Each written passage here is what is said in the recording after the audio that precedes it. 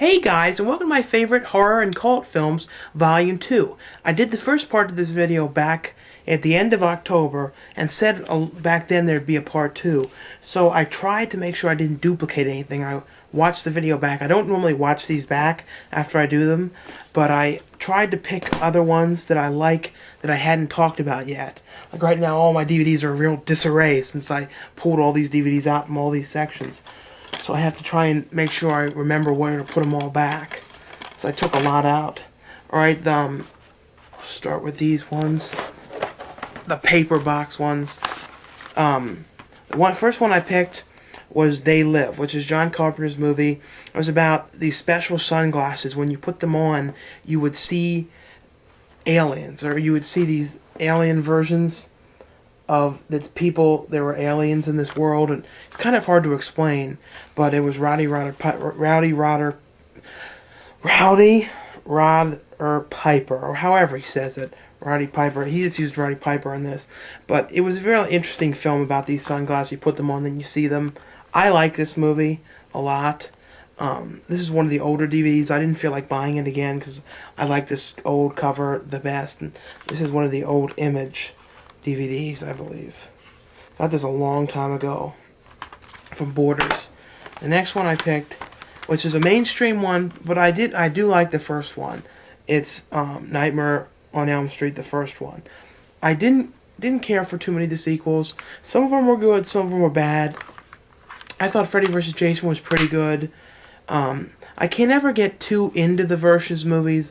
I think they're fine and all, but I think Freddy vs. Jason is more of like a shadow of what this used to be. The first one, I always think of these kind of movies are always the best. The next I picked was Creepshow.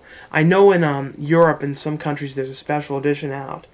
Some point I may get that since I have a region-free player, but I'm sure at some point America will release a special edition. But this one is a great film. George Romero directed this film, and it's stories by Stephen King, who wrote the screenplay for this, And they made a part 2, which is good. Part 2 is worth watching. Part 3, though, a lot of people really hated it. I didn't like it much either. Basically, what part 3 was what it reminded me of was almost like Goosebumps. It reminded me of like a Creepshow gone kid film. I kind of thought it was silly. I thought it was not a good movie, but it was a silly, bad movie that I didn't hate because of that reason, because I like those kind of things. The next one I picked, I know a new version has come out recently. I just don't feel like buying it again. I bought so many versions of it, and I really want to be buying new things and not just continuously buying and buying. And I already spent a ton of money on this when it first came out, The Evil Dead, and I like this version in this thing. It's the first movie, and the disc is here like this, and I have the other version, the full screen one. They always talked about putting that Within the Woods on these and then never could get the rights to them. And I heard somewhere they're remaking Evil Dead with a new cast. And there's still talk about a sequel to Evil Dead at some point. The next one I picked was The Stuff. This had a real catchy song. MJ wanted me to try and find it. Didn't have much luck finding the entire song. If anyone knows where to find that, just send me a link, because he's been looking for that. But this is about like this substance that comes from the ground, and they sell it as yogurt, and it like takes over people's bodies, and it's a very good film. The next one I picked was Suspiria, which is Dario Argento's. I think it's his best film. There's a new version of this out, but it's not as good as this one. It's a 3-disc one. It has the movie, 20th anniversary documentary, and the soundtrack, which all in one set is a good price. I remember years ago this used to have some kind of a flaw with some of the discs. Anchor Bay used to have little issues when the discs would go bad. That happened with my Wicker Man DVD. The next DVD I picked was Opera, and I actually meant this was the one that had all the flaws. See, it says in the back version 2.0. This is the one that doesn't have any technical issues. This one I really liked. It was all set in an opera house and about people getting killed off in the opera. That's definitely one that you should all check out. The next series I picked, I don't like all of the movies in this series. I like most of them. I think they're pretty decent. Well, most of them are. And again, it's another mainstream film. The Friday the 13th collection. I don't like bringing up too many real big mainstream movies because everyone already knows about all of them. And I want to bring up different ones that not everyone would know about. But I did like this film. I like the first one the best. They're remaking this, of course, now because there's no ideas for anything left anymore. But this I liked. And then I picked both of the Fly series. There's new ones of these all out, and I'll get them at some point. The Fly 1 and 2, this is the remake versions, and they're remaking part 1 again now. But this is the one with the remake with Jeff Goldblum. And then the sequel, I don't remember who's in the sequel. The guy who was going to play Michael J. Fox's role, and Eric Stoltz, who was going to be Marty McFly in the original, and then apparently was an ass or something and got fired, and then they got Michael J. Fox, which I'm glad they did. And this one, both of those are good movies to check out. And then the original Fly movies, Part 2, I don't think I ever watched of these. I love Part 1 though with Vincent Price. This is definitely a classic film. Better, I think, than the other one. I love this one. The next one, I don't think too many people have, and I like this movie. I like the star of it. It's who is the star of this one? I never remember the guy's name. I think it's Miguel Ferrer or something like that. It's Stephen King's The Night Flyer, about this kind of like a vampire who goes around from airports to airports, killing people and sucking their blood, and it's a very interesting horror film. Very interesting ending too. I love this movie. I don't think it did so well. I remember seeing the commercials for it years ago. It came out in '97. This one, if you can find, check this one out. And I think you can get it cheap. The next one I picked is Todd Browning's Freaks, which isn't like a full-fledged horror film, but it's about freaks, real freaks at a carnival, and that's who they use as the cast. And there's like a murder at the carnival, and definitely watch this one. It's very difficult to explain. This one I love, and of course it's being remade. It's crazy how many of these I'm talking about that are being remade right now. It's insane. I don't know if this one got scrapped, but it was scheduled for remake, is The Funhouse. And this I love. This is about a group of these. It's too dark, though. It needs, the DVD fixed it a bit, but it was shot a little too dark. But other than that, it's fine. It's about these group of these kids that decide to spend the night in a carnival ride. And it's the Funhouse. They want to sleep over and sleep in there. And they do that, and underneath they witness this one person being murdered, and they get locked in the Funhouse and are getting killed off one by one. I really like that movie, and it has great music. The next one I picked is the Weinstein produced this film. For a while I heard they didn't want much to do with it, but now it's out. And it's The Burning. This is a really good slasher camp film. As good, if not better, in my opinion, than the first Friday the 13th. I like this one. The murder weapon is these scissors in this. I like this. It's about this guy who was burned by these kids and comes back for revenge at the camp. And this has a lot of big stars in it. They weren't big then, but are big now. Like Jason Alexander was in it with a full head of hair. I mean, a full head of hair. The next one is Maniac, which is a classic film about a deranged serial killer. This one is definitely a worth watching film.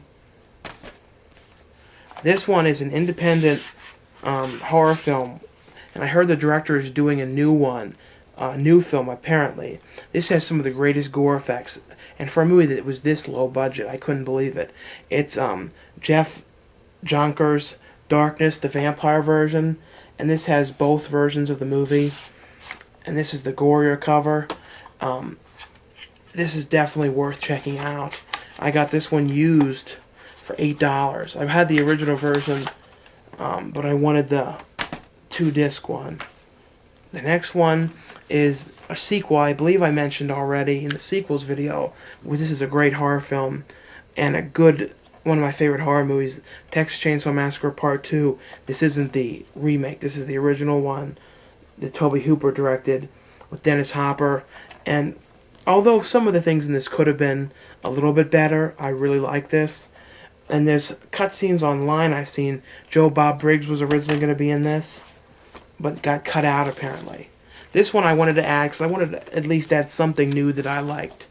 It was a horror film, and I liked Hatchet. I didn't like. It was weird. I really loved the beginning. I loved like the first, more like 60 minutes or so. Then it went and became kind of typical. But in the beginning, I really liked it, and it's one of my favorites just because I liked the first part of it. And even though it went downhill, I still liked it. This one I got not that long ago, and it's a Lance Henriksen film, and it's directed by Don Coscarelli, who directed Phantasm and Bubba Ho-Tep, and a few other ones that I liked. He did all the Phantasm movies. And this is about a group of people trying to survive in a survivor quest, like one of those wilderness things when they go out and have to climb the mountains and do all this. And one person gets killed and they're hunted by it. It's really I really like this movie. It's not really a full-fledged horror, but it's in the horror section. I like this one. This one, I was so happy when it came to DVD. I had made a DVD of it from a tape my parents made in the 80s. And I just found it. I was looking through old tapes in a box somewhere, and I came across this movie. It was taped like 85, 86. It had that great tape quality, taped off TV, all these great 80s commercials in it. It was called Crawl Space, and this is out from Wild Eye Releasing. Hopefully they're going to be putting out more films, more TV movies, and I'd love if they release Savage Bees. I don't know if they own that or if that can be owned by them. I don't know who owns that film. I have a classic tape of that somewhere. But this is about this sort of drifter that goes and sleeps in the crawl space of this couple's basement, and then the couple are these old couple, and they wish they always had a son, so they accept this kid into the house, and he lives with them, but yet he lives in that crawl space still. Weird TV film. I think it was a movie of the week movie around the time Bad Ronald was made. And I talked about that in the last one. This one, people have said, you gotta talk about this, you gotta talk about this one. And I was afraid of bringing it up because it's a really weird film, and it's not for everybody. And a lot of people might think, since it's talked about so much, that it is a typical film and stuff. It's not. It's called Cannibal Holocaust. I can't show much of the artwork because it's too dirty, but this is the movie that started the Blair Witch style films. The documentary, make a documentary look real, and this movie was very successful at it. They made this look so real that the directors of this and producers went to jail and were accused of murder because they thought this was all real, and it was not real. And it does have some of that animal violent stuff. I didn't like that. It has an option you cannot to not watch that. They used to put that in older films, that eating an alligator or killing an alligator, stuff like that. And I gave it some thought about that, and I thought, if people were out in the wilderness and there was no food, they had nothing to eat at all, not the cannibals, but the regular people, what would they eat? And they would eat alligators, they would eat animals that they found, and that's all they would have to eat. So in a way, they are justified as being in the movie. They are gross, and they're not something that I like looking at. But they do, I guess, have a point of being in there, but I think they were only put in there to be shocking and make money off of seeing something like that. But definitely, if you like cannibal films, this is definitely the one to watch. It has amazing music. The music is almost better than the movie itself. And the newest movie that was inspired by this style of film is Cloverfield, which is coming out this Friday. But the thing with Cloverfield is they're shaking the camera all around, and I don't know how I feel about that, them doing that with a movie. It all that shaky stuff can make you sick, and if you watch it on too big of a screen, you'll be sick. And I'm sure a lot of people are going to see that with a sick stomach afterwards, because when it shakes around like that, that's like one of those 3D rides, or one of those rides when, like at Epcot or Universal, when you're sitting there and they're like, you remember Mr. Bean goes on that? And the next one is Pet Sematary, and I talked about this in one of the other ones. I think Best Sequels, maybe. I really like this movie. Mary Lambert directed this, and she did like The Crew or something recently. Well, not really recently, but a while ago. And the kid from this is now doing touring at conventions. Hopefully, he'll come to Horrifying. He's like, I think the same age as me now. He was in Full House. You remember him from that and a couple movies. And hopefully, he'll come tour in Maryland. Next one is Henry Portrait of a Serial Killer. This is another one of those documentary style films made to look real. And the star of this, I always think of him with a shaved head in Mallrats as the father. The real asshole father that eats those pretzels and gets sick. That's what I always think of him from. And this one I really like. And they're making a movie similar to this called like the Chukonsky's Tapes, or I blocked the name out. It was such a stupid name. The Bahutsky, something about it. You've seen the trailer in theaters probably. It's about like the most brutal serial killing, and if anyone believes that's real, they're an idiot. Because that killer is not real. If he was real, we would have heard about it by now. The next is Wes Craven's The People Under the Stairs. I forgot to pick one up, and I'm just going to name Deadly Friend was another really good Wes Craven film that not many people remember. And this movie was going to get remade, and then they changed it to People Under the Stairs Part 2. I don't know if they're going to stick with that or remake it. If they make a Part 2, I'd be very interested in seeing what they do. Although the people who play Mommy and Daddy in this film, those characters, both of them don't seem to be acting anymore. So if you can't get them to be in it, it's not worth making it. They were amazing, those two, and they were in Twin Peaks together. This one I really liked, and I mentioned this in something before. I think in a Don and Murph. This is called Pulse, and this was about like the electricity killing people in his house. This is not the Japanese movie. This is an 80s film. It came out like in 88, I believe. Yeah, 88. And look for this movie if you can find it. This is definitely one I would check out, called Pulse. Be very careful though not to get the new one. This one, the next one I picked was Cube. And I don't know if I talked about this yet or not. This is about people being kidnapped and put into this maze cube thing. And if they go the wrong way, they get killed in these traps. It was before Saw, though. It's not a Saw ripoff or anything. And it's not like Saw. It's not torturous like that. It was like they just get blown up or something. It was an interesting movie. Part 2 was crap. I couldn't even watch it. Part 3, Cube Zero, was decent and worth watching. The next I picked was Critters, and I have the Critters doll over there. And in some of online, we did a little years ago. It's on YouTube. You can look for it, called Our Cheesy Cheap Movie or something like that. And we did a spoof thing with the Critters doll. I love this movie a lot. The Seek Part 2 was alright, and Part 3 was set in it starred Leonardo DiCaprio, not Craprio. I'll say Craprio sometimes, but I'll say Leonardo DiCaprio, and he was in it as the kid in this apartment building with the critters. I saw someone bring this up in one of their DVD updates, and I remembered how much I liked this. I've had this a while and haven't talked about it, called The Gate. And this has Stephen Dorff in it as a kid. It was a long time ago this was made. And about this book they read, and these creatures come out of this hole in the ground. I've never been able to see Part 2, but I've been hoping to at some point. I don't think there's a DVD out yet, though. The next I picked was Ghoulies 1 and 2. I don't like Part 1 too much. I like Part 2 a lot. It was set at the Carnival Fair. It's not by any means like a really good movie. It has some great synth music in the beginning that I love. And the whole movie has great synth music. And the effects were pretty interesting style. They were cheap, puppet, old school. And like they did some, not CGI, but computer something when they were walking. You see what I mean? But I loved it. It was in a real old school style haunted house. Not the ones you ride through, the classic ones that you actually walk through. I'm kind of a pussy when it comes to haunted houses. They had one in Universal with these monsters. For some reason, I don't like going through them. I had really bad experiences with the ones that were in Ocean City as a kid, and I like freaked the fuck out. I didn't do good in them, and never had an urge to go in them again. I love horror movies. I love scary movies, but something about going through these haunted houses, It's not fun to me. I don't know why. The next one I picked was a George Romero film that gets forgotten about a lot. It doesn't get brought up as much as like the Dawn of the Dead movies.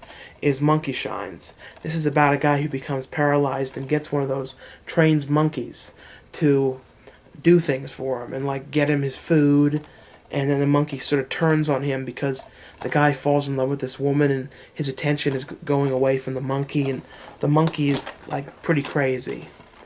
The next one I picked is a Brian Trenchard Smith film, and this I absolutely love. I don't think it's getting remade, although everything else I named pretty much is, even Cannibal Holocaust. Dead End Drive-In. And this is about all the teenagers in Australia that are bad, or like the gangs and stuff, get locked in a drive-in in the night. And they aren't allowed to leave. They keep them there for, some have been there for months and years, and about these people who get locked in there and then want to escape. And it's difficult to explain, but look this one up. This is a very forgotten horror film. Anchor Bay released this a couple years ago. Anchor Bay used to release a lot of weirder stuff, but now they're owned by Fox, I think. But check this one out. So, I hope you guys like part 2 of this, and I know it's been a long time since I did because I did the first part of this a long time ago.